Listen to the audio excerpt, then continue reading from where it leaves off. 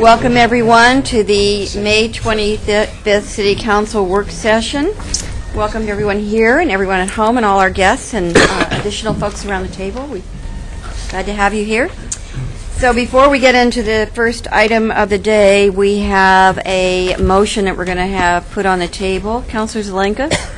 I'm bringing up this motion to reconsider Monday night's vote on ordinance on Crest Drive to save the interest expense. If we get 6 votes, the ordinance would go into effect immediately and save us thousands of dollars. So I'll just put the motion out on the floor, which is I move to reconsider council's Monday night vote on the ordinance for Crest Drive and assessments. Second. Can I sit here for this item? Second. Okay. And so then we would bring back this motion that we did. The purpose of it, like I said, was to, if without the 6 affirmative votes on the council, it doesn't go into effect immediately, and therefore we incur 30 days interest. With 6 votes, we would not incur that interest, and which I think is over $3,000. So not a lot of money, but it's still a smart thing to do, I think. Hey, any questions before we... Right. Actually, I'll throw mine in here instead of later. Okay. I'll say that I agree with this. I'll vote to reconsider. I won't vote in affirmative on the original motion again, but I'll vote to reconsider because I think you're absolutely right. If we can, if the votes at the table constitute the capacity for us to save money, that's a smart thing to do. But I do want to say that your characterization of Pat and my vote the other night was really unfortunate. And I would appreciate it if you'd give more thought to that sort of thing in the future. Sure. You're right. That was a slip of the tongue, and I apologize for that. Thanks.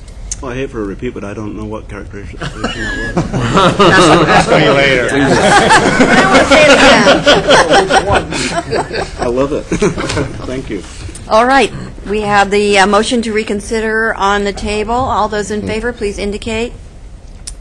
1, 2, 3, 4, 5, 6, 7, 8 in favor and none in opposition.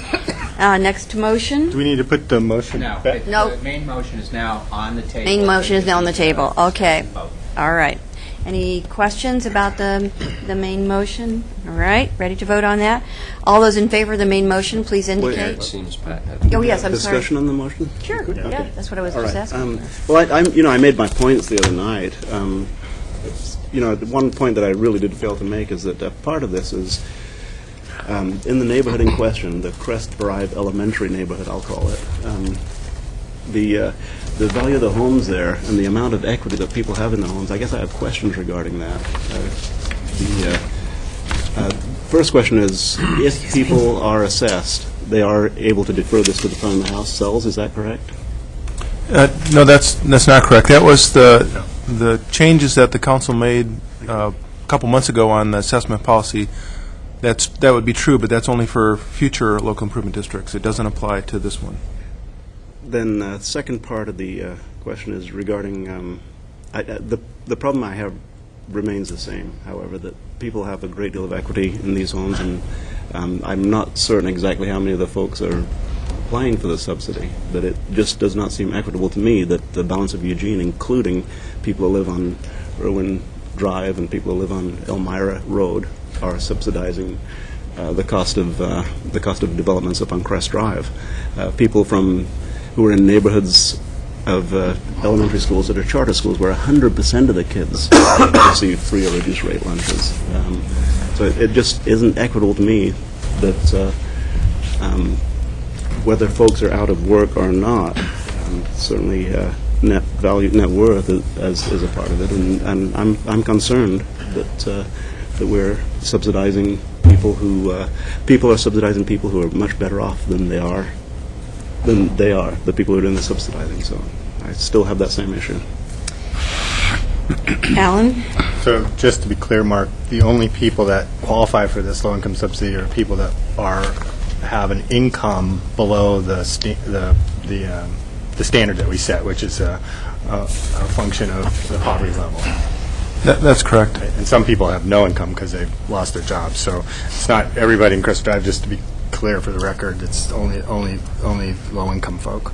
So, Pat, if you would like to put out a work session request for this policy, I'd certainly support that. You know, in that this particular motion has taken up almost every penny of the low-income subsidy that is available. I don't see the value of a work session. Right. Because I know the way the vote's going to go. It's over. We don't have any more money. It's all going to Crest Drive, so. And not only that, we expanded it to beyond low-income and seniors. So it's the policy's even worse. There's no money left, right? And it would be gone faster. Gone. So, I would only add to that conversation that there are folks in various parts of town that subsidize other folks in various parts of town on many issues and in many places. So it's, yes, Betty? And if we vote to not delay this, it doesn't change anything. It just means that we save the city $5,000. It doesn't change the final decision at all. So let's vote on it. All those in favor? 1, 2, 3, 4, 5, 6. All those in opposition? 2. It passed. So Everyone here is... thank you very much. Go on into envisioning Eugene and part Several. 272. I can't remember which chapter we're in, but Come on. welcome to the folks who are here that have been part of that process, too. We appreciate the work that you've done, and we're glad you're here. City Manager. Thank you, Mayor. I'll just have a couple of comments, and I'll turn it over to Lisa and her team.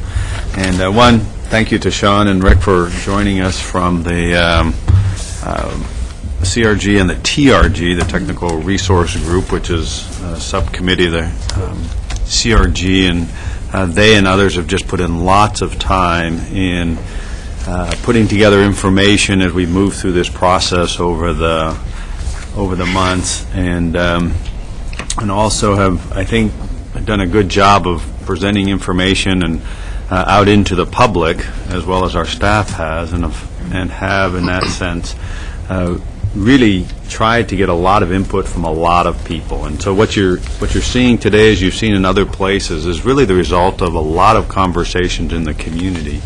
And so we appreciate people continuing to be involved, and we'll ask people in the community to continue to be involved as we move forward. So with that, Lisa? Thanks, John. Before you begin, just for the benefit of anybody who's watching who for some unknown reason doesn't know what Envision Eugene is about, can you do a couple sentences of just kind of before you set out? Absolutely. Thank you, Mayor and Council. I'm Lisa Gardner. I'm the Planning Director. Carolyn and I are here to give you an update on the Envision Eugene process.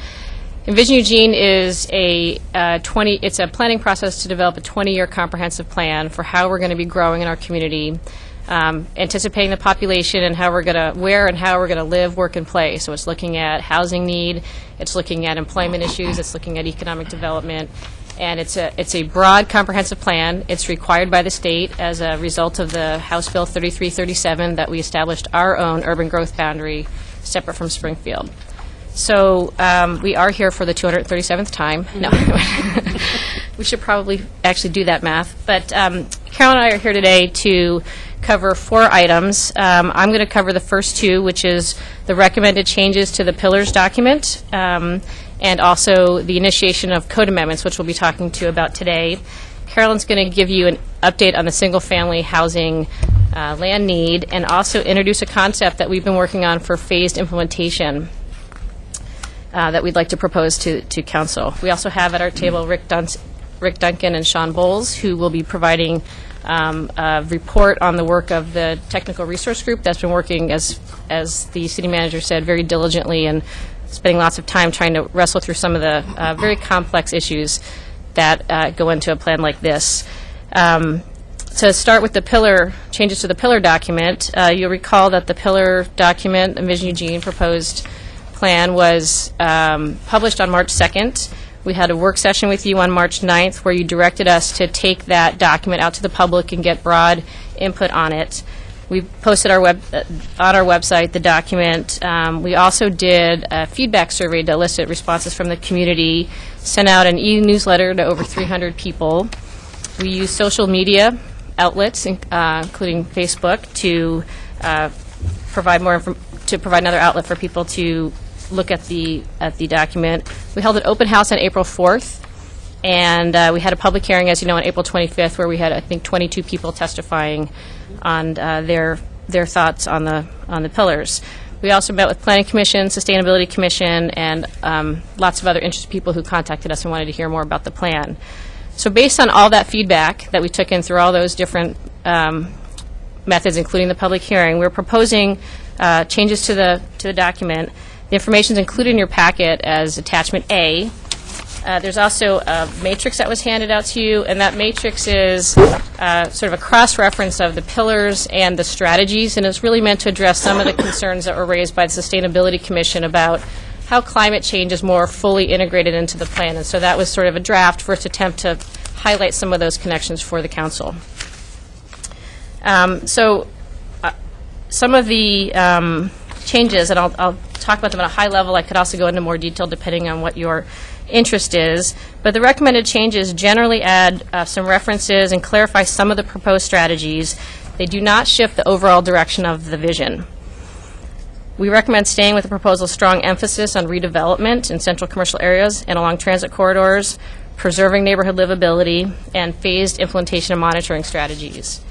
We also heard overall support in our public testimony for continuing to consider the expansion of the urban growth boundary by 400 to 500 acres for industrial, and we're beginning to explore, based on council direction, where that might occur. So, as I mentioned, I can go through sort of more specific, or I can just at this point entertain the questions that you may have. Why don't we do questions, and maybe that'll help. Great. Mike, did you want to be? Well, you go ahead and call on Betty first. I think she wanted to be first here. I believe you're in the queue. Mine was for the other thing, Okay. so go ahead. I still need to formulate how to ask this. Well, perhaps then it'll help, Lisa, if you just kind of walk through and Sure. questions will come.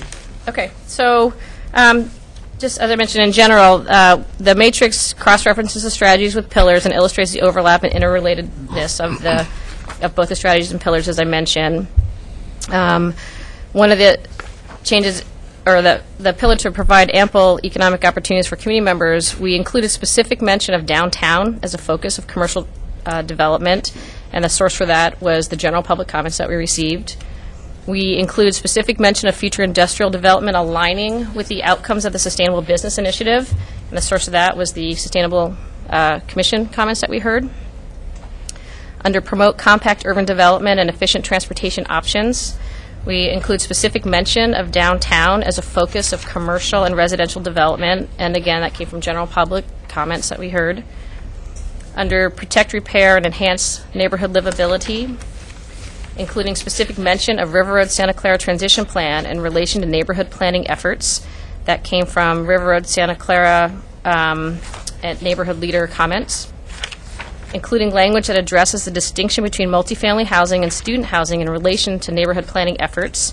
We heard that specifically from the South University neighborhood leadership. Protect, restore, and enhance natural resources, including specific mention of the opportunity natural resources can afford to provide green infrastructure, and that came from the Sustainability Commission comments. Providing for adaptable, flexible, and collaborative implementation, we are offering changes to revise language to facilitate more frequent adjustments than the currently stated 10 years from general public comments that we received.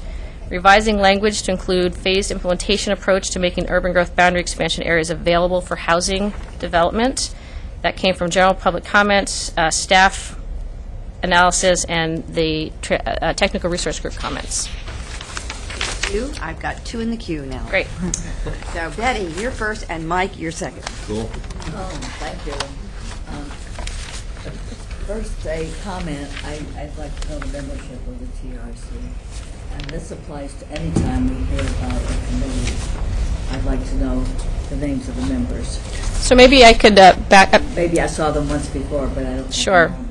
Just for everyone's benefit, I'll back up and sort of remind you of the origins of the technical resource group. So as you know, we have the community resource group, which is a group of well over 50 active participants that we've been working with for over a year now. As we concluded that process in developing the pillars, it became clear that there was additional work that needed to be done in terms of the data verifying or the comfort level of different community members or participants in the process on a lot of the input and basically coming out of the Gene Comprehensive Lands Assessment and some other technical information. So as we concluded the Community Resource Group process, we developed another path for people to continue to give us that input that was critical to moving forward in our plan development. So it's a subset of the Community Resource Group. We have both Sean Bowles, Rick Duncan on that group. Sue Pritchard and Sean are the chairs of that committee. And Sue is absent. And Sue is absent today due to a trip. She's out of town. Mia Nelson is on that group, and I'm actually going to ask Sean if you can maybe fill out the membership, because I don't have everybody's name at the tip of my tongue. We originally tried to construct the membership from the CRG so as to balance the viewpoints that were present. That's been a thrust behind the whole EE process and the CRG process. And original membership included myself, Sue, Rick, Gretchen Holt-Pierce. We added, some members sort of added themselves as we went along. Ed McMahon from housing policy, from the housing development community. Randy Hedlick, also from the CRG, have joined us and have been active participants in the process throughout. Josh Stove joined us. Kevin Matthews. Laura Potter from Chamber. It was I guess it's a self-selected group. I'm missing 2 or 3 around the table at the moment. We also have Roger Gray from EWEB. Right. And Roger, we tried to take advantage of both Roger and Josh, who are incredibly busy, both of them, to rather than expect them to be at every meeting, to have them help comment on some of the products we've been developing, and they've both been very active in that process. And the membership sort of dropped in and out over the last 3 months. I was ill for a month and a half. Mia was taken away for a while, but we think we're back on track. And as with other subcommittee work through the Community Resource Group, they're self-selected group and inclusive groups. Anybody who wanted to be part of that process was allowed to participate in that. That was really a request that any time we hear about Sure. the recommendations of a group, I would like to know who they were. Then, how did you choose the 300 people that you got in touch with? I'm sorry, I don't understand the question. You said 300 people were contacted about? As part of your... Well, as part of our outreach effort, we've had a broad public involvement process. People self-select based on their receiving the e-newsletter through our open houses. I don't know, Terry, if there's anything specific that you would add to that, but really it's not, we didn't go out and search for 300 people. We have been, basically that includes the total of people that have been contacted or contacted us through the process. And how about people who don't have computers? We have published ads in the newspapers, Register Guard, and the Weekly. We have we've done a lot of outreach. We've certainly had our many council meetings, and I think our open houses have been published in ways that lots of people can find out about them. We actively tried one of our workshops that we had. We specifically went after sort of families, and we provided childcare and had the recreation department have some opportunities to entertain kids. We could get different people there. So I think we've been very active in how we've tried to engage people and bring more people into the process. Have you been to all the neighborhood groups? We have contacted all the neighborhood leadership about our process consistently, and we offered to meet with anybody who wanted us to come to the neighborhood association meetings. We've taken some folks have taken us up on that, and others haven't. But we've regularly contacted the neighborhood leadership. Well, if we're doing something significant that affects everybody, I would like us to really be aggressive in trying to go to every neighborhood group and advertise it. But that's just a comment again. Question, why are these changes being done right now? It was at your direction that we come back with changes based on the public. We were directed by council to take this out to the public for comment. We're trying to move this process forward so we can adopt our plan and move forward with meeting our obligation to do that. And this was the next step, was to come back and let you know what we heard from the public. I understand that, but why are we being asked to vote right now? We're asking you to approve these changes so that we can continue moving forward with the process. There'll be another opportunity for you to look at and approve this in the fall. but it's sort of, I think, just to keep us moving on the progress of the project. And expanding the UGB for housing, why? We're not proposing expanding the urban growth boundary for housing. Here, it says provide, let's see, under provide for adaptable, flexible, include implementation. Do you have an error? If needed. Oh, if Last needed. item.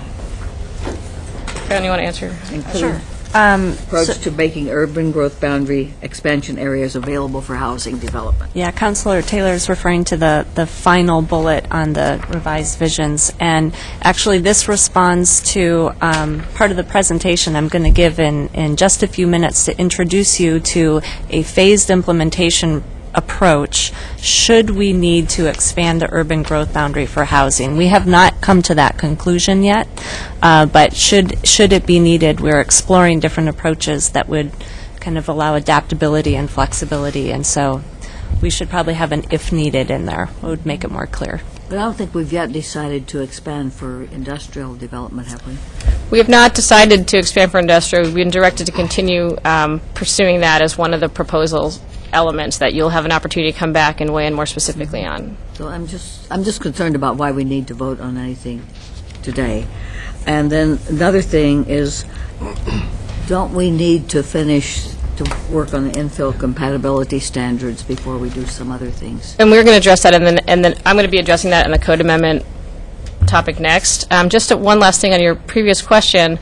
I think that what we're really trying to do is continue to have our document and our process evolve and reflect the community input that we've had. So, in bringing it back to you, I think it's acknowledging that we heard from a lot of different people, that we have made changes based on what we heard, and that we're continuing to bring the plan forward. So it's not that you have to take any kind of action today, but that we want to have the most current information out there so we can continue to engage our community. And these changes refine our document in ways that many people thought were necessary, that we missed the first time around. So some of the comments from the Sustainability Commission, some of the comments from Planning Commission and the public. So we're basically trying to be responsive to the public in bringing these changes to you. Thank you.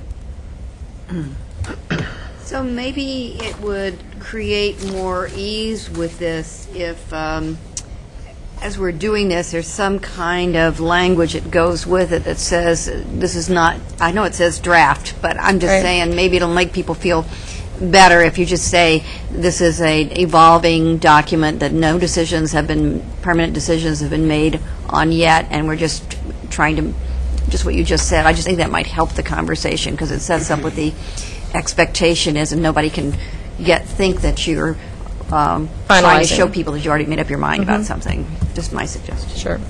Okay, Mike, and then George, and then Pat, did you have your hand up? Not yet. Okay, Alan, and, okay. Thank you, Mayor. There's an interesting intersection to some of these points that I kind of want to bring up. The initial comprehensive lands assessment said that we need 1,800 acres more than we have to have a 20-year supply. Do I have that number right? For residential, right? Yes. Okay. So that means we either have to expand the UGB by 1,800 acres by law, or we have to change the code such that we can fit all of that need into what we have already, or somewhere in between. We have to either meet that within the urban growth boundary in our partially vacant land or through redevelopment, or we need to accommodate it by expanding. So it's a mix. We need to land on the right mix. Okay. And I would just add, there are some steps in between there. So that 1,800 number is based on past practices. There are some work that the TRG is still working on right now, like looking at capacity on partially vacant land, looking at some of our assumptions move forward, which will have an impact on that 1,800 number. And Mike, if you will, I think Sean had something you wanted to add to I was that. going to say, part of our charge was to vet those ECLA numbers, and we're still doing that. The information around partially vacant lands is going to adjust those numbers, as are some other analyses that we're in the process of doing. Okay, so then first, under the climate and energy heading of the strategies on page 3, Strategy 1 talks about plan for growth so that there's an increasing proportion of residential areas that live in 20-minute neighborhoods, and we talked about that as perhaps a real target that during the Sustainability Commission's conversation, that everything developed outside the UGB would be nodal, for lack of our multi-use type developments. And that, to me, kind of necessitates that we'll have commercial in those spaces. And then, so strategy 1 under economic opportunities talks about how we want to meet all of the 20-year commercial and residential inside the urban growth boundary as it exists today. So where's the piece that reconciles those two? Well, there is a note attached to that strategy 1 that says this does not preclude the inclusion of Right. small amounts of commercial land. What's small? We haven't defined it. I think what the point is that we're saying that commercial land will not be the impetus for a urban growth boundary expansion. However, if there is an expansion for other uses and it makes sense to have some commercial to serve that, then that would be allowed.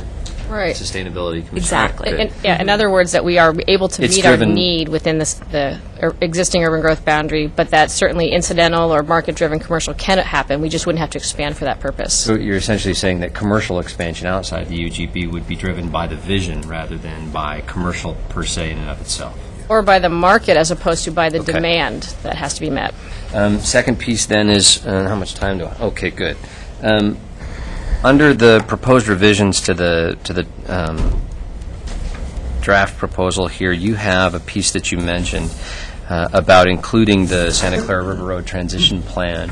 And I think it's a wonderful idea. I've heard and worked and spoken with Jerry and Carlene on this for quite a while. I understand that. When council first got that, we accepted it rather than adopted it.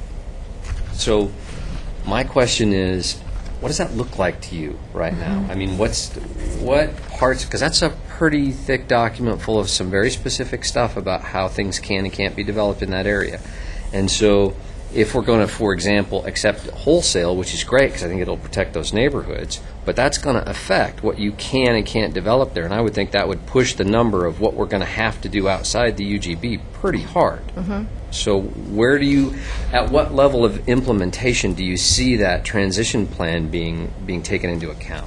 I think that's one of the things that we're going to be working towards in the next probably 6 months, and then actually farther out as we do the River Road Santa Clara refinement planning processes. There's a number of different efforts underway right now that are looking at this. There's the River Road Santa Clara lead process. I think it's scroll Yeah. process, and I know you're SNAPS from it. thing And that then the they're SNAPS process, the strategic neighborhood area planning through the neighborhood services group. And so, and there's our conversations happening at the county around how do we look at our metro plan, and can we insert some of these changes into the metro plan. That has come up at a county work session. And so there's a number of different issues. What we're trying to do is figure out what are the goals that the community, neighborhood is asking us to consider, and where's the right place for them to go.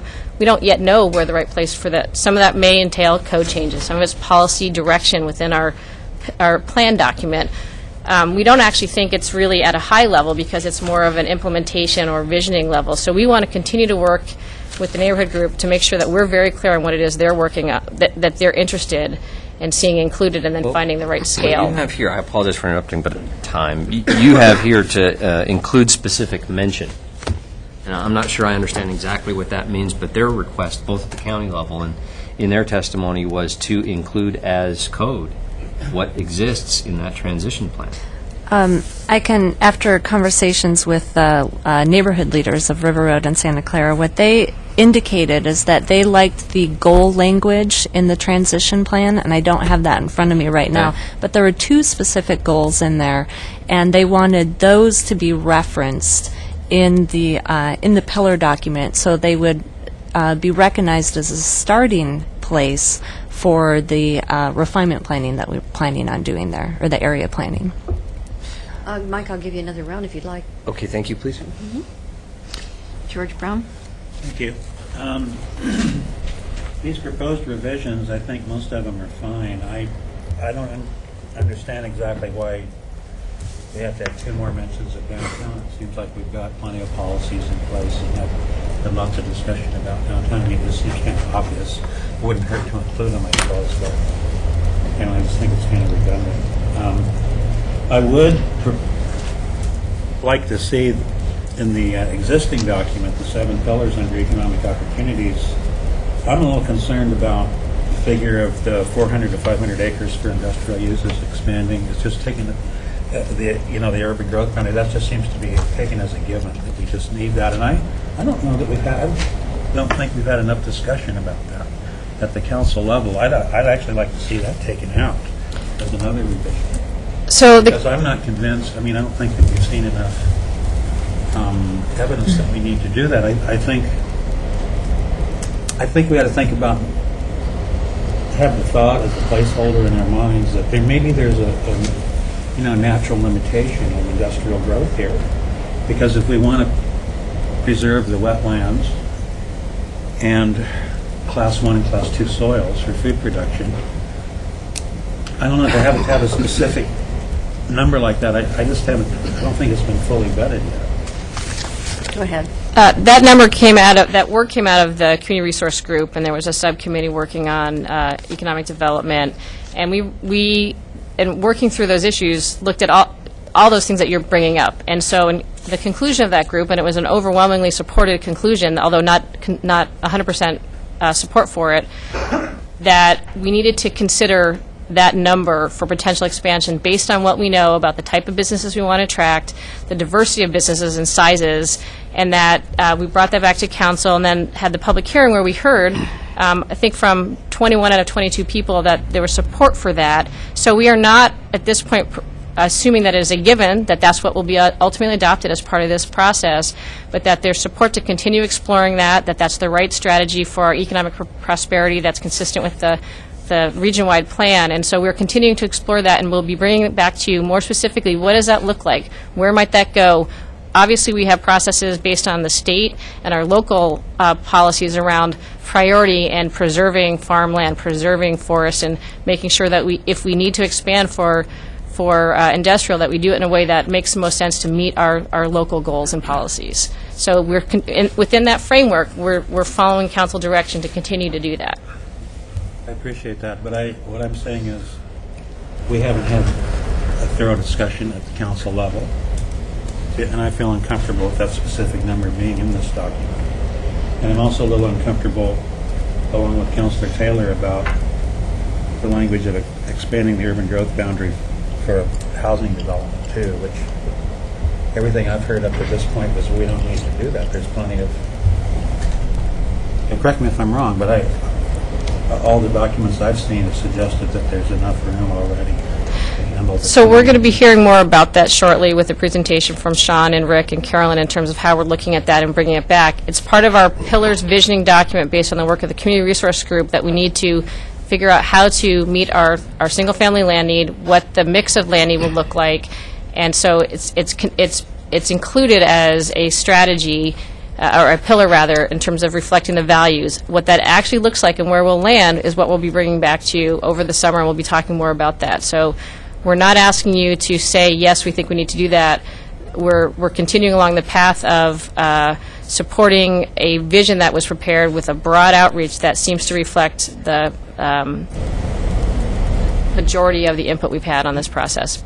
Okay, but sometimes I've seen this happen before. Things come back to us later for a vote, but it's already in there and it's embedded, and then people say, well, this is, it's been in the document for a year and a half. Right. It's like, this is a done deal. It's like, So we've only just scratched the surface on the conversation around housing mix, and we'll be coming back and having robust conversations with you. We'll be holding a public hearing on that. So it's a concept right now.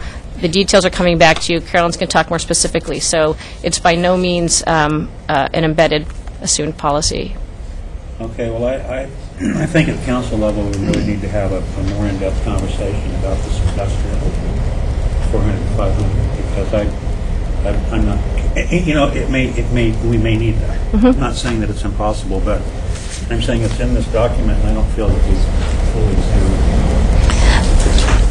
I think there'll be an opportunity, actually, we're coming back in July to look at potential areas, and I think that will actually help inform the discussion of how much, and that might be a good opportunity.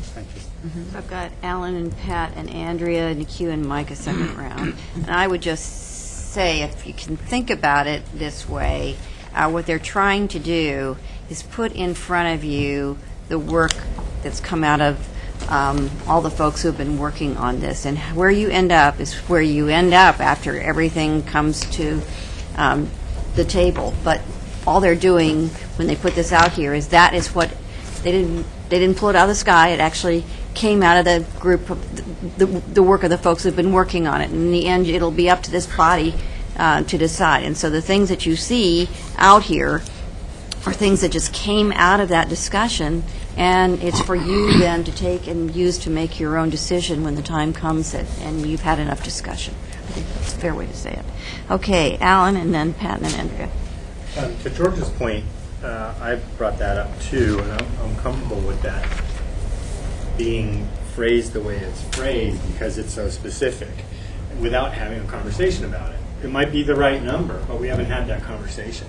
And so I suggested before that the language be up to that amount. I'm not necessarily wanting to get into wordsmithing, but almost required to get into wordsmithing in some of these things. So maybe if we changed it to that, that would make people more comfortable because we haven't had that conversation. We need to have that conversation. We need to see maps and we need to see where they are and what that all looks like to get to what that looks like before we make a bold policy statement that it is 400 to 500 or whatever the number is. On Betty's point about the last bullet, I agree too. I want to hear more about that. It might make sense once Carolyn's done. But and then I think Mike had a good point about the commercial development, in nodal development within urban growth boundary. That begs the question of how does that relate to the commercial lands inventory? And so as soon as we do the first one, we're in surplus. So that needs to be addressed as well. And then the third one is actually something that's not in here, but I brought up before, which is related to the title and the way the phraseology is. And not to try to wordsmith, but I guess I am. Related to the third pillar, which is the climate change and energy. And my problem revolves around the word uncertainty. It makes it sound as if, and when you read this, it's not very clear, but it makes it sound as if we are planning for climate change uncertainty, when that's not the case and not our policy.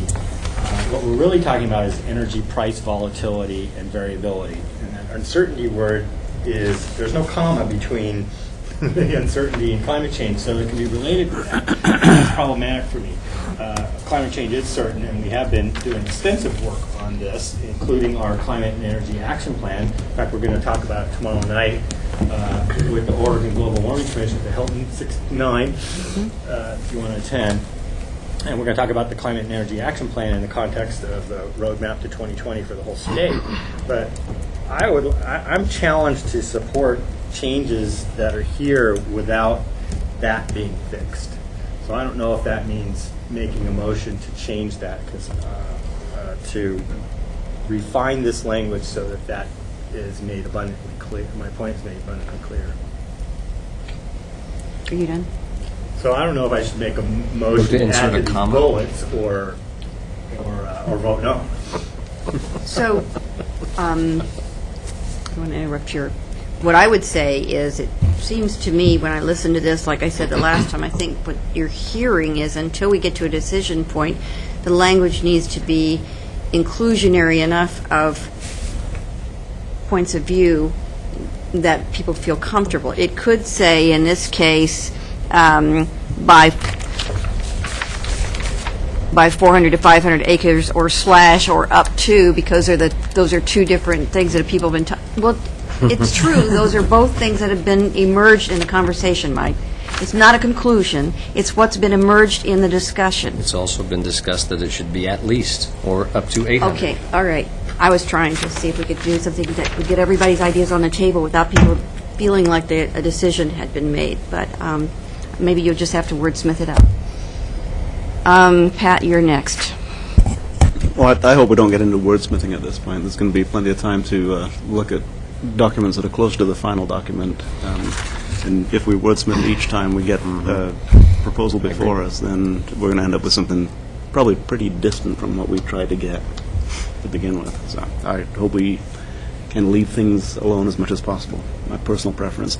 I do have one question regarding residential land inside the urban growth boundary and the residential land outside the urban growth boundary. It came up in a meeting this week, as a matter of fact, that there are some properties, maybe up to half of an acre, that have one house on them. It came up during an assessment issue that we had earlier this week. I forget which issue it was. But there's properties that have up to half an acre, but the people with those properties don't wish to develop them, and so they were requesting for some kind of relief on the assessment. Was the issue that came up. But regarding properties like that, half an acre with one house on them, how does that fit into the?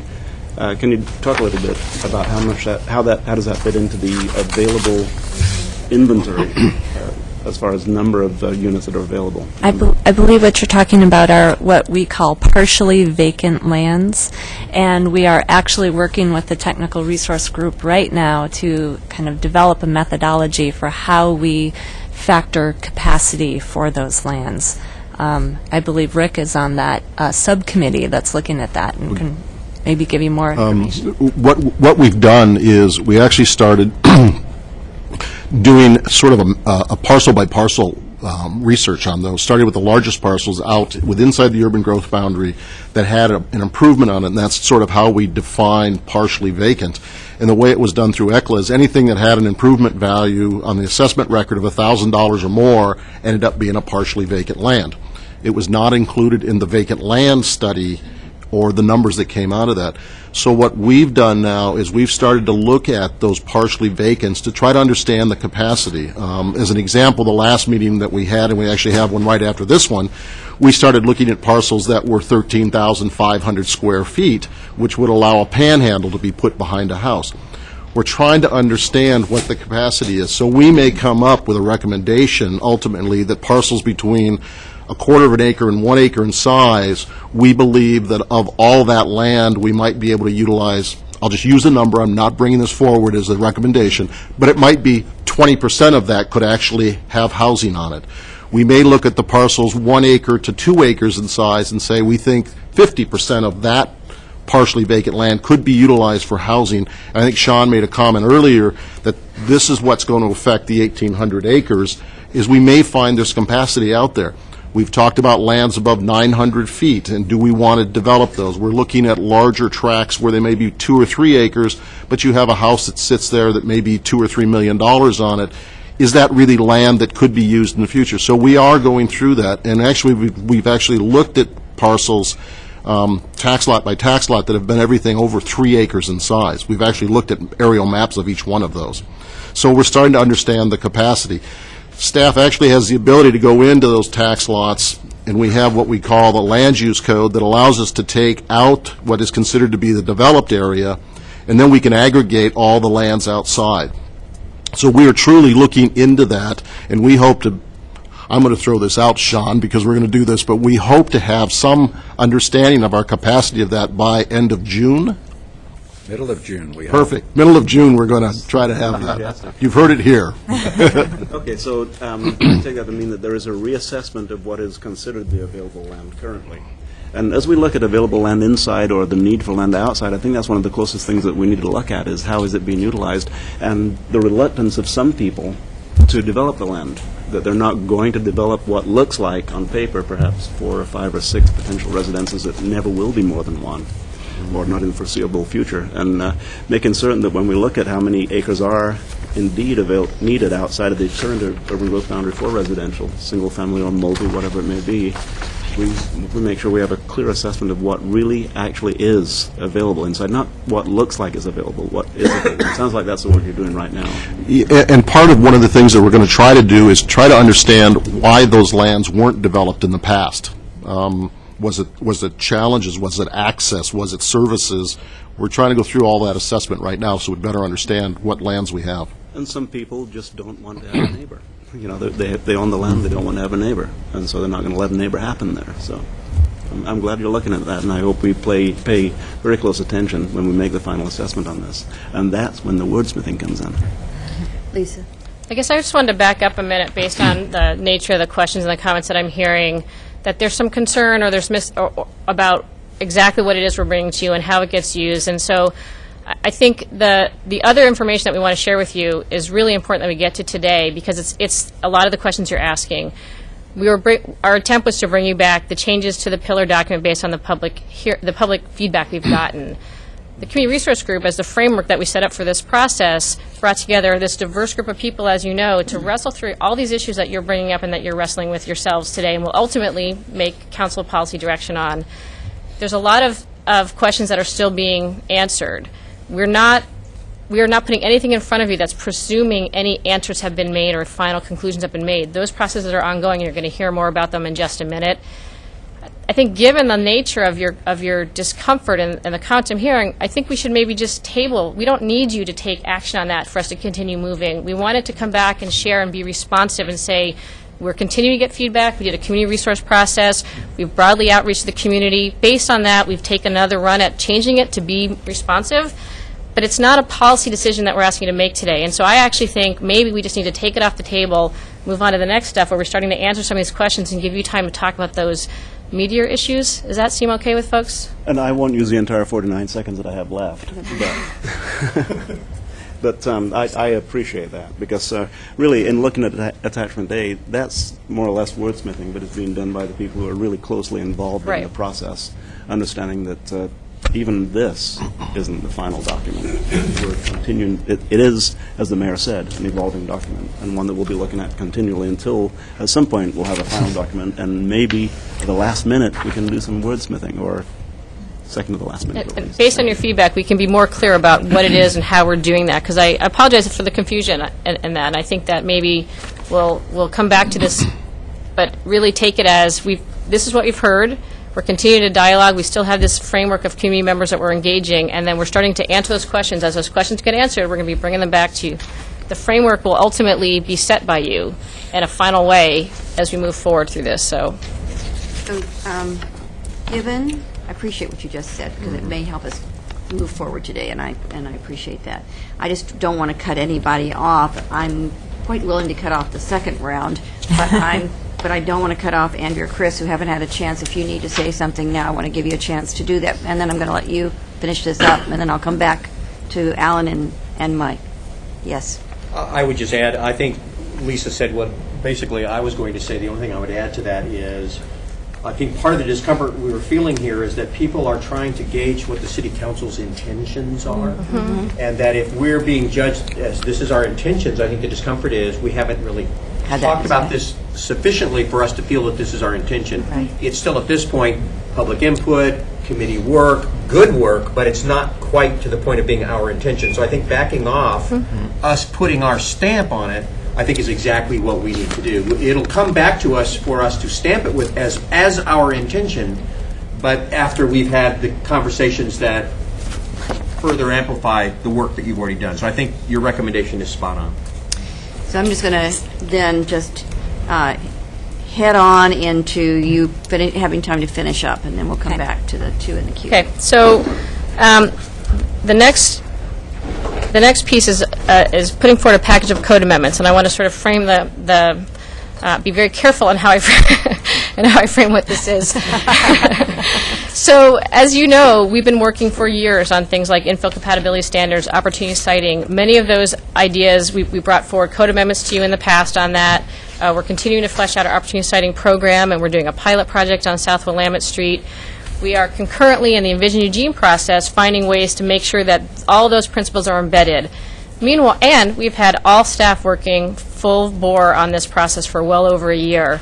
We are recognizing, we are hearing that there is a need to continue moving code amendments forward. We don't want to wait till the end of this process to begin the next round of code amendments. It's too urgent. And so what we are asking you to initiate today, and what we're proposing, is the framework for moving forward a limited code amendment process to address sort of the highest priority things that we think we need to move forward that we can do within our existing resources that can happen concurrent to the Envision Eugene process. And I guess more importantly, this is part of what we hope to be an ongoing process. So when we are not spending 100 hours a week working on Envision Eugene and meeting in committee meetings, we hope to sort of bring once or twice a year code amendments. We keep tweaking it, that we keep moving forward, that it's a flexible and adaptable code. So we have by no means locked into what specific code amendments need to be, but we have started to address, we started to frame out the ones that we've heard. And I could go over those if I could find here we go. So we have a couple conceptual ones. So first is related to infill compatibility standards, to amend the multifamily development standards in West and South University areas to address the design impacts in the transition areas between multifamily and single-family. There continues to be development that's impacting, and we haven't quite got all the tools in place. We need to continue protecting those. Revising parking design standards and parking in front of, it's the parking in front of the yards, so we wanted to make sure that we're addressing those issues that we are hearing from the neighborhood leadership, and amending the open space exemption for high-density areas. So those are some of the ones that we think we can address within our existing resources, that we can move forward quickly, and that more than anything we can get in place so that we can have our code reflecting our values and what we're trying to accomplish in our community.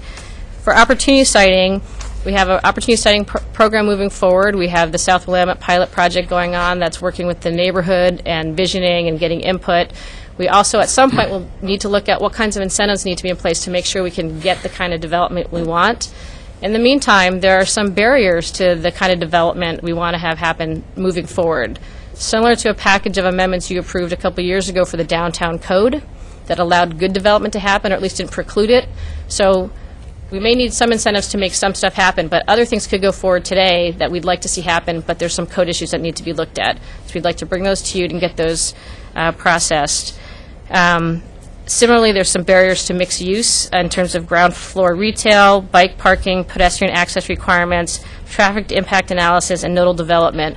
We are not presuming any conclusions on exactly what needs to be done there, but we'd like to bring those to you, and we'd like to batch those and process that as the first round, and then we'd like to bring you a second round. So that's what we're asking you to initiate. In doing so, you're not agreeing that this is the exact language or the exact priorities. We'll come back and go through that process, have public involvement, we'll have work sessions with you, and that's as simply as I can state it. I would add to that I think that's what the folks who've been working on those things are really feeling like they just anxious for us to start moving. So, and because they want to see them in play as soon as they can. So it seems to be very important to the folks who've been engaged in the process. So I'm going to go back to the queue here and see if Mike has anything he wants to add, and then Alan. Yeah, actually, And then George. I wanted to just finish just a few seconds on the previous topic there by saying that my friend Chris is fond of saying that the surest way to never be disappointed is to never have any expectations. Right? I didn't originate that. And I like that. I thought that was expectation management. And I guess, I suppose from a 30,000-foot sort of thing with regard to the River Road Santa Clara stuff, make sure that you're managing the residents' expectations well, because what I'm hearing from them is kind of different from what I'm hearing you're hearing from them.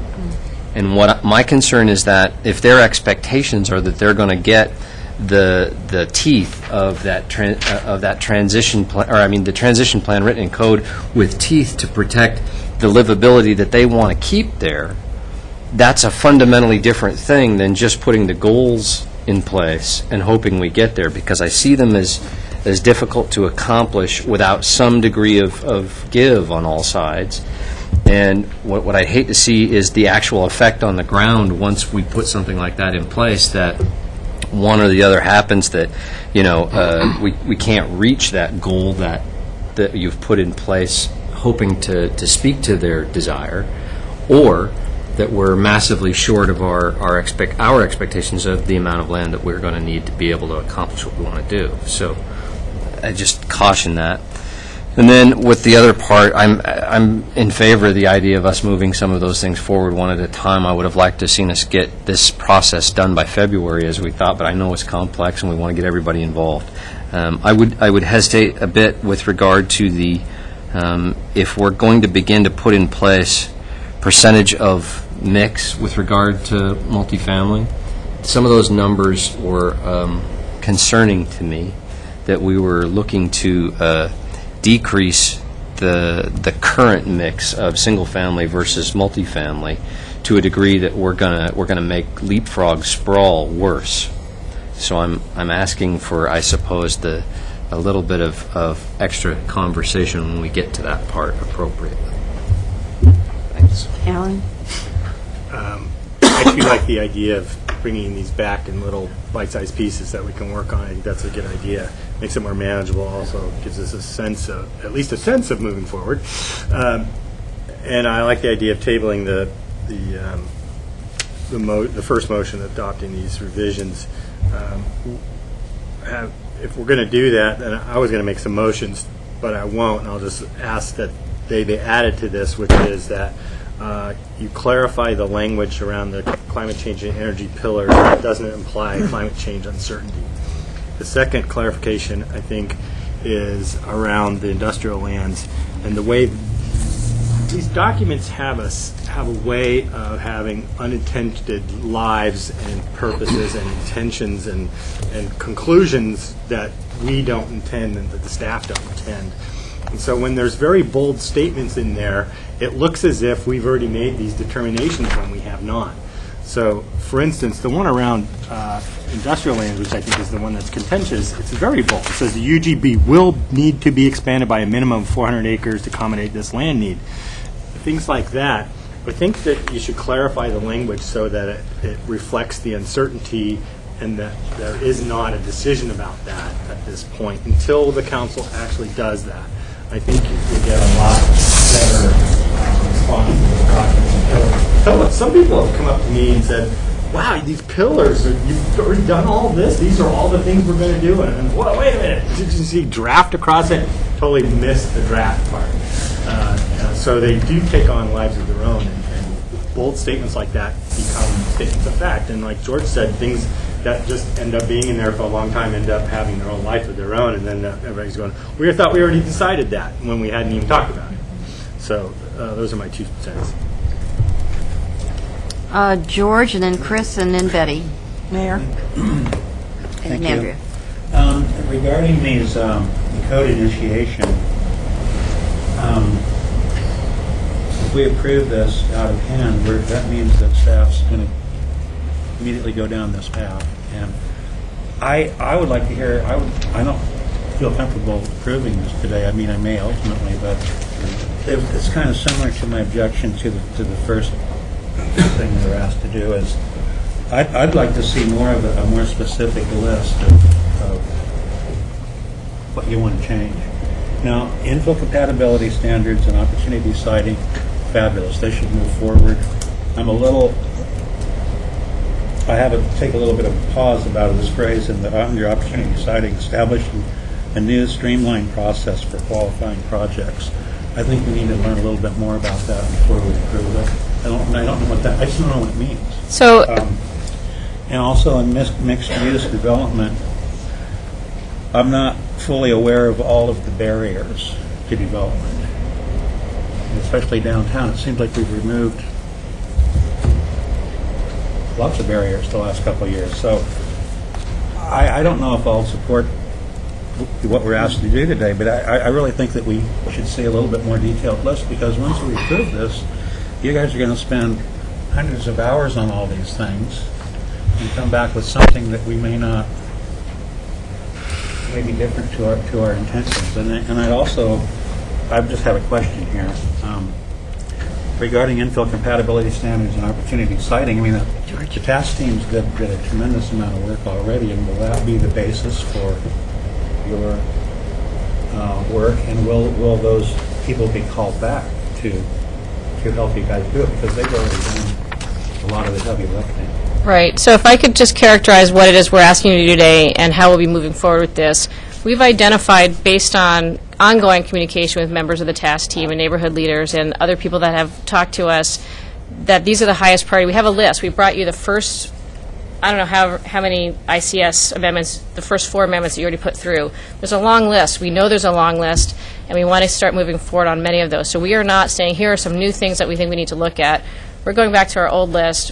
What we're trying to do is put forward today things that are consistent with and will continue to advance the Envision Eugene principles that we are looking at, the ICS and opportunity siting concepts that you've already approved and have told us to continue moving forward. They're things that don't require you to have adopted the plan to move forward. They are not new things. They're consistent with already taken actions and policies and plans. And by saying, yes, go ahead and do that, we'll go back, bring you a list of the issues, fully inform you, educate you about the things that people are asking us to do, give you all the information you need to say yes, or how come you're not including this one? And we'll say, well, these are easy. That one actually would then spin off and take this other direction. Or the neighbors have said, this one feels more important right now. It's more urgent because it's affecting this neighborhood on 19th Street. So what we've done is, based on all that, we're summarizing for you the nature of the ones we're bringing back. We're not committing you to saying yes to any of these, and we will be coming back with all the information you need to make a fully informed decision. Okay, well, it would have been helpful to have, I think it would be helpful for me personally, I don't know about the other counselors, but to have more specifics. I think it would help to have that today. I'm still don't understand. Could you just speak for a minute about the new streamlined process? I mean, I don't understand what that means. So on the opportunity citing, and I might ask Terry to jump in and add a few more details on this, but we're trying to create a process. It's a flexible adjustment process. So right now in our code, there's certain things you have to do, and there may be things that have good intentions, but actually, if there's one small piece that whether it's exactly where the setback is, or exactly what the height limit is, or exactly what the floor area ratio is. If you look at the strict current code, you might not be able to do what you want to do, but it might be a great project that meets all of our sustainability goals, that will fit in well in the neighborhood, with the neighborhood compatible. It will bring us the retail we're looking to see. So we want to create a process that allows the neighborhood to be able to participate and weigh in, allows for the flexibility for the development, and creates. It's sort of just another. It's actually maybe a better process because it provides a more direct input for the neighborhood. It provides the potential little variations a developer might need to make something go. It's meant to be a win-win. It's meant to create more involvement in the process. Okay. Well, I just have one last question, I think. Under mixed-use development, I'm still not certain what the barriers to development downtown are. So this is not specific to downtown. You actually have made some changes already for the barriers to downtown. This is to make sure that there aren't barriers in other part of the communities where development might want to happen.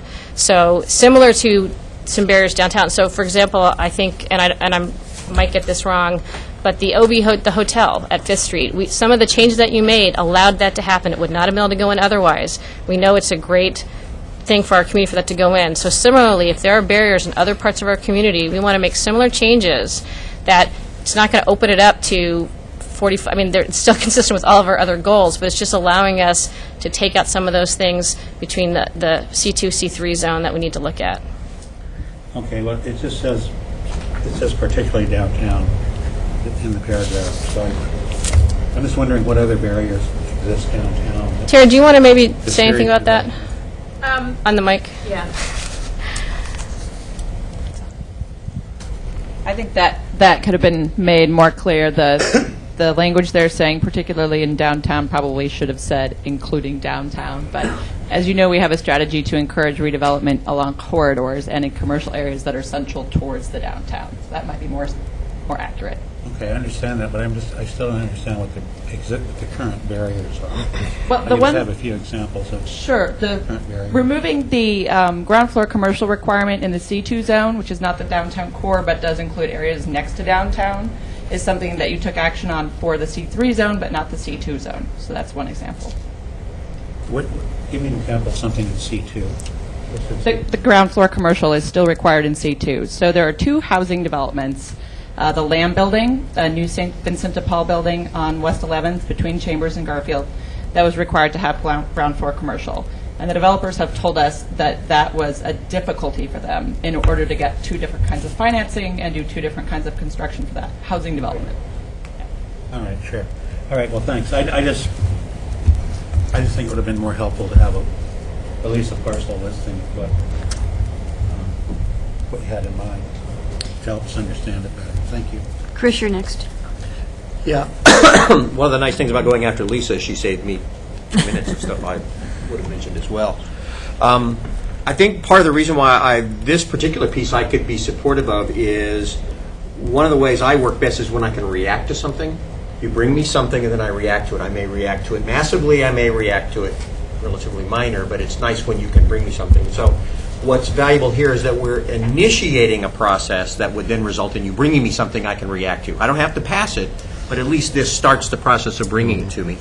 Because if we said, well, let's just do this with a series of work sessions, they could go all over the place, they could take time, they may be focused, they may be unfocused, but by saying, you kind of know in the general area what needs to be amended, or at least initially what I can react to that needs to be amended, I think this provides more structure and timeliness. We may want to revise. I'm assuming we'll want to revise. But at least this starts the process moving, I think, in a little bit more structured way. The value here is these areas and others, you do the homework to bring me specific code recommendations that I can then react to. And I think that will increase the comfort level when we have those things to react to. But we can't do that until we initiate the process. So for me, this is the value in doing this. So I'm supportive of getting the ball rolling so you can bring us something that we can then deal with. Thank you, Chris. Betty? Go get the ball rolling. You want me to go? Thank you.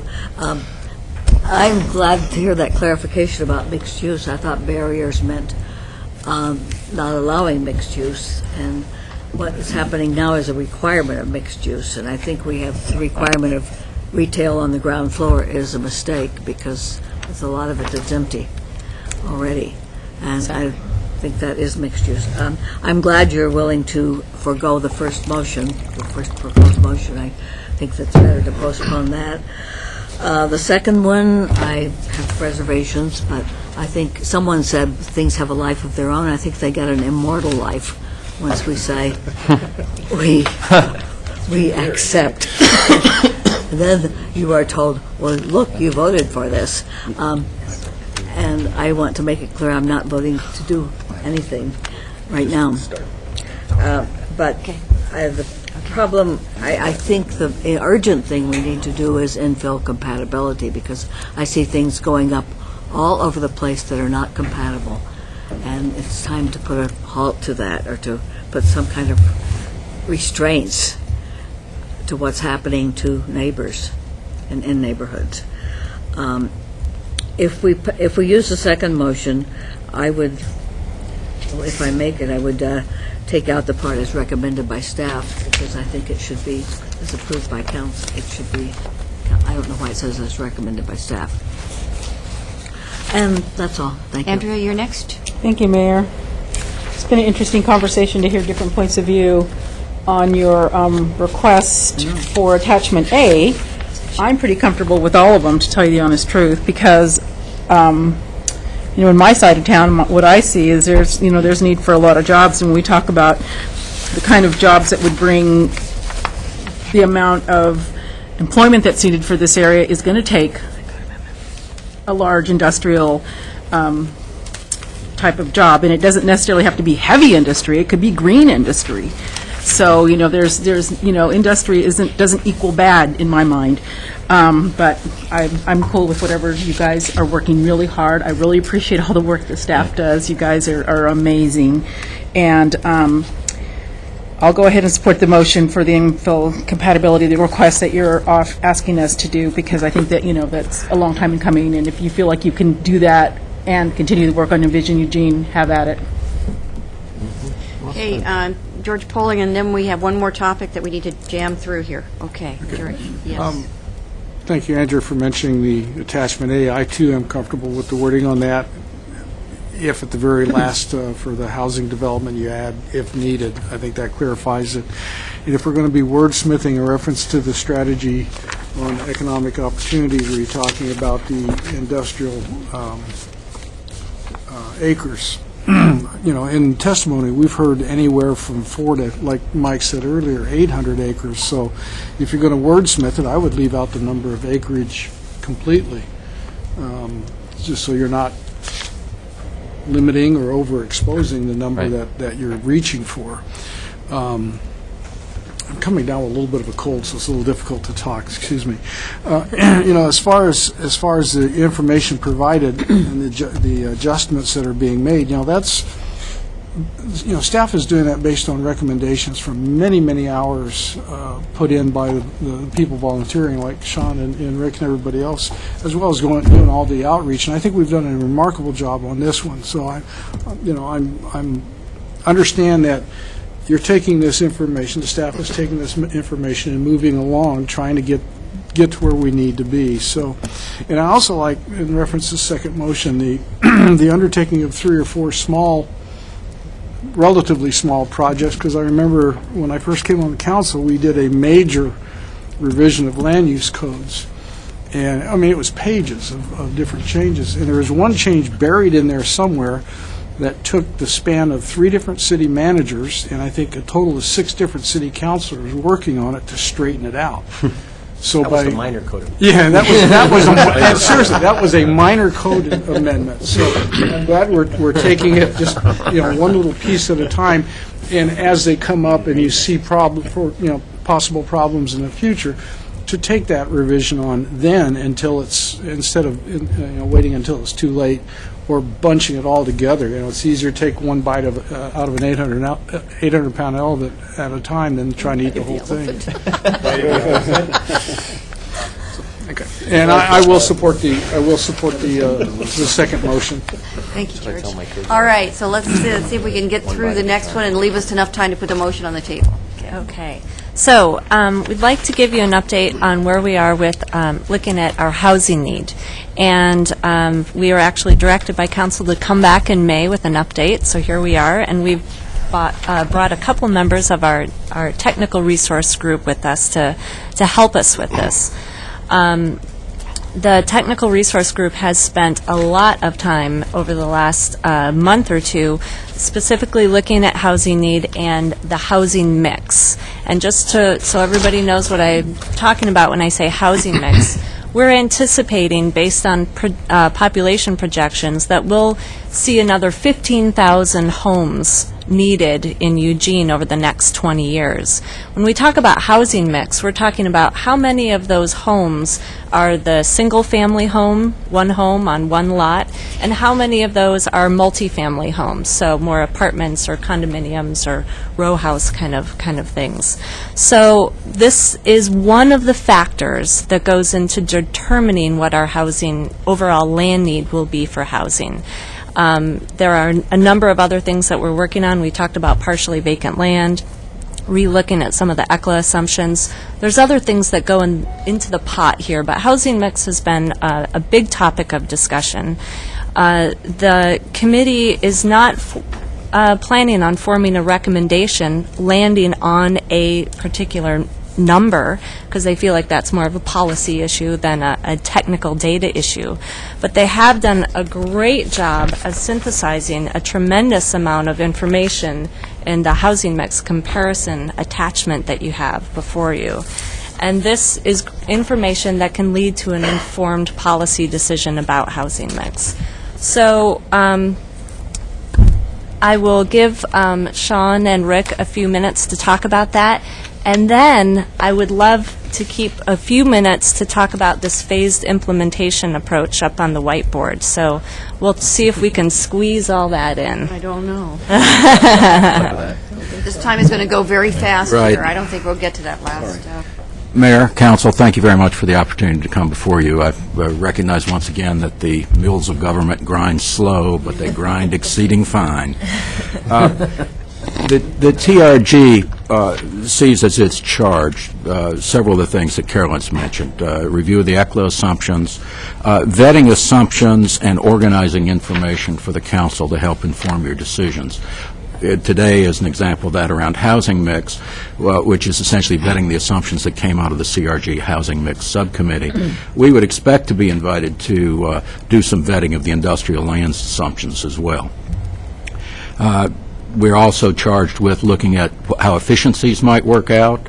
And finally, speaking with the manager and other staff, probably would expect to be charged with helping to develop the monitoring system that I know is so important to council to see about what the consequences of these strategies are. Today, the work we bring to you addresses Strategy 1 under housing, right? Which is to plan for a higher proportion of new housing stock to be multifamily than the current. Okay? And we were not charged with, nor are we comfortable with landing on a number. So what we did was tried to provide you with a compare and contrast matrix around what we think are the extremes of the range, going from 60% single-family to 40% single-family. And I will say there's a little subtlety here that I'm not sure came out in Carolyn, but you may well be all aware of it. People at home may not. That we're contrasting single-family attached as a class with all other kinds of housing, which includes single-family detached, which is where cluster housings and those kinds of sort of more recent kinds of development patterns can be accommodated. So with Rick, the members, Randy, I think Kevin, and Ed are all here, the committee. We simply said, let's go through with staff and try and give you the set of factors and the implications of those factors for these two kinds of mix, hoping that you would judge this in the larger context of the pillars. So which end of this extreme is more compatible with the pillars as you currently have them framed? Okay? That's not our decision to make. We have varying opinions on that within the group, but we wanted to provide you with as unbiased a set of information as we could. I think of it as data organized for decision making. Okay? So I think with that, Rick may want to add a couple of things, but we're assuming that you've had a chance to peruse this in exhausting detail and may have some questions about it, and we're happy to respond to those questions. Just really a comment. We started off trying to do, as Sean said, we wanted to kind of give you our bookends of what we thought sort of you might want to fall in between when you get to a policy decision. We actually, at one point, we're going to have the middle point of 50-50, and we decided that was just information that really wasn't important at this point, because where you land is really up to you as a policy. Again, as Sean said, we really wanted to give you sort of a framework where we think the low end, 40-60, the high end, 60-40. Historically, we've been around 60-40, but that doesn't mean that that's where we need to stay. And I'm hoping that Carolyn will get to her presentation, because there's some comfort in her presentation which says, right, wherever you close, one of these ends or someplace in between, you will have an opportunity to revisit that at less than the 20-year time frame. Okay? And Carolyn will expand on that.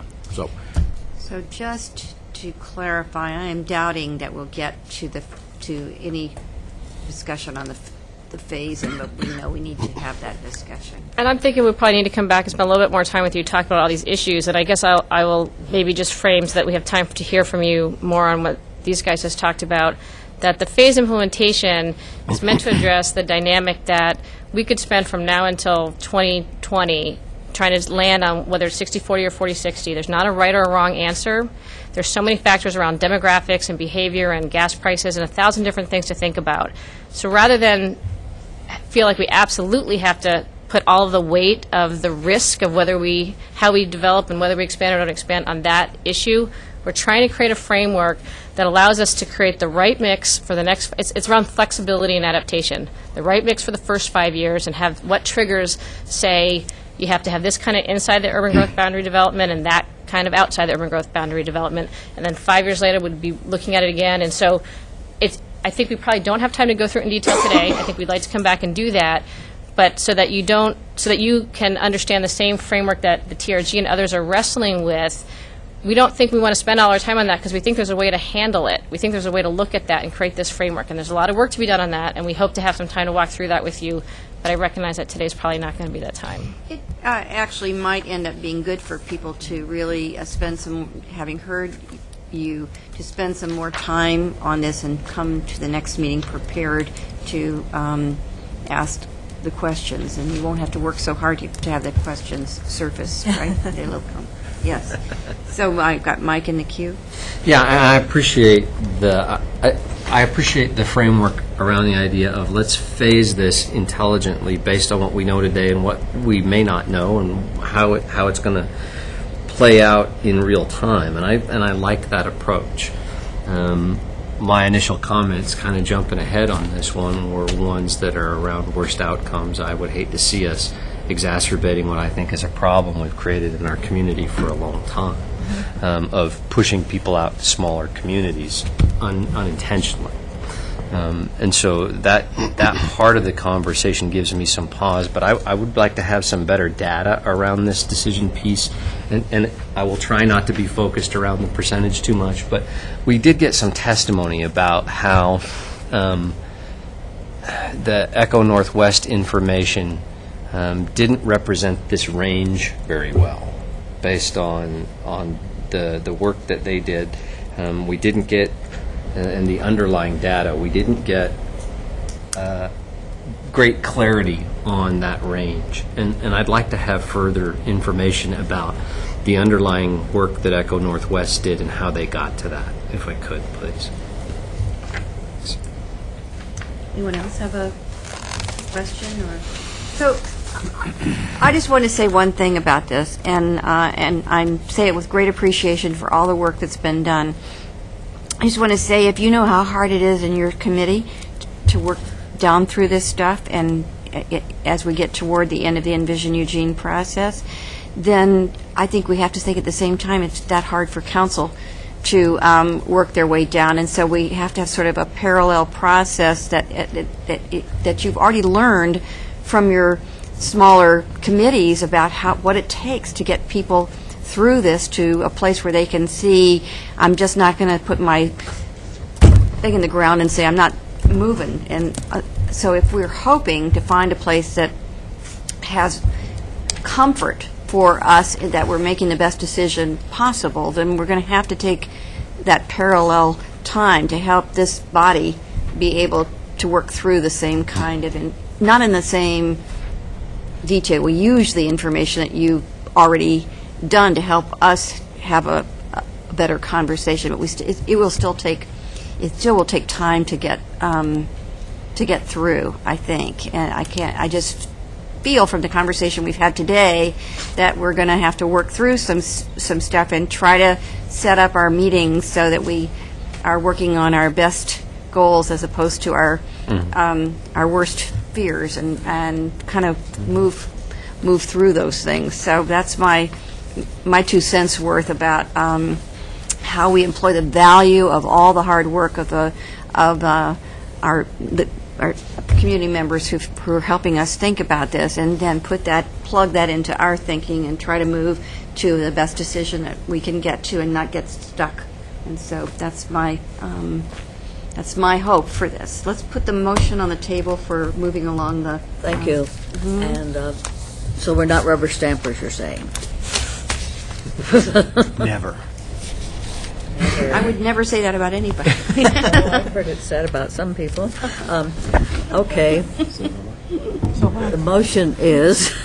What does that mean? means we That's say, one of those phrases that cuts both ways, by the way, too, yeah. All right. Okay, I appreciate your saying we could skip the first motion. I move to direct the city manager to initiate code amendments related to infill compatibility standards, opportunity siting, and mixed-use development. Period. Moved in second, George. Move to amend to add as recommended by staff. Second. And speaking to that, staff is the one that's getting all this information from the community outreach. They're the ones that are working on this on a daily basis. To me, they know more about what's going on and what small pieces to bring to us now. I am real comfortable with initiating the process using their recommendations. We can change that at a later time. This is just initiating the process. They're coming up, here's our starting point, council. Let us start here. If we get going down the road and you want to make changes, you're allowed, you can do that. I just think we should go based on their recommendations. Otherwise, we're going to end up with just another big stack of code amendment changes like we did 8 years ago, 9 years ago. All right, so let's vote on George's amendment to the motion. All those in favor, please indicate. 1, 2, 3, 4, 5, 6, 7 in opposition. 1, it passes, so we're back to the main motion as amended. All those in favor, please indicate. 4, 8, it passes. Thank you. So, you want to say anything more? You got 4 minutes. Thank you. Yeah. Well put. Can I make a quick comment? Thank you. Yes. Since we didn't get as much input as we had hoped to see today, I would ask that as you go through these documents, that we're not, the reason we tried to put this together was because if you could understand, if you come back and say, tell us what happens everywhere between 60-40 and 40-60, you'll probably see us somewhere in the year 2030 or 2040. We're hoping for some general direction as to where along the continuum you think you might want to have us spend more time to try to give you more information. And again, it doesn't have to be exact numbers, but if you could sort of give us an idea where you might be or ask us questions about the continuum, it might help us if some of our future work. Fair enough. So what I'm hearing is that we have a timing issue about how we get this process moved along, get the information, what they work. Yes. Along the same lines, we've had conversations about we're moving along and we're doing fine, and at some point we're going to need more specificity, and people are going to desire more specificity as we get towards making decisions. And I think we're at that point where specificity is what we need in order to move forward, where general conversations aren't good enough anymore. This conversation today was a good example of that, I think. Yeah. So I think we need more specificity in terms of maps and locations and stuff. So getting into we're at the point where we need to get into Start chunking it out. Do you know enough from looking, just to help today, do you know, do you need more specificity on this particular material that we... Then one page? Well, there's actually much more than one page. There's several there. I mean, housing is one page. No. No. That whole thing deals with housing mix. Lots of pages. Yes. Mayor, I just from the committee's perspective, because we all come from the CRG-EE, I remind this, we're operating out of assumption that we're all on the same side here, that we're looking for the best long-term interest of the community, and it's our charge to provide you with the weight of the evidence so that you can start to close on these numbers. In terms of a recommendation, a specific recommendation for housing mix, You're not going to do that. we're not going to do it. That rests with you. What we can do is say, here's the legitimacy of the assumptions underlying ECLA. Here's the data that we know that seem to apply to this problem, and we're available to answer questions along with the staff who I neglected to say did a yeoman-like job of preparing this matrix for you, summarizing a lot of material from a lot of different perspectives. Clarity is good. Yeah, and in short supply. That's awesome. There's a reporter in the room. All right. Thank you all. On that note. I can't say that because I'm still planning.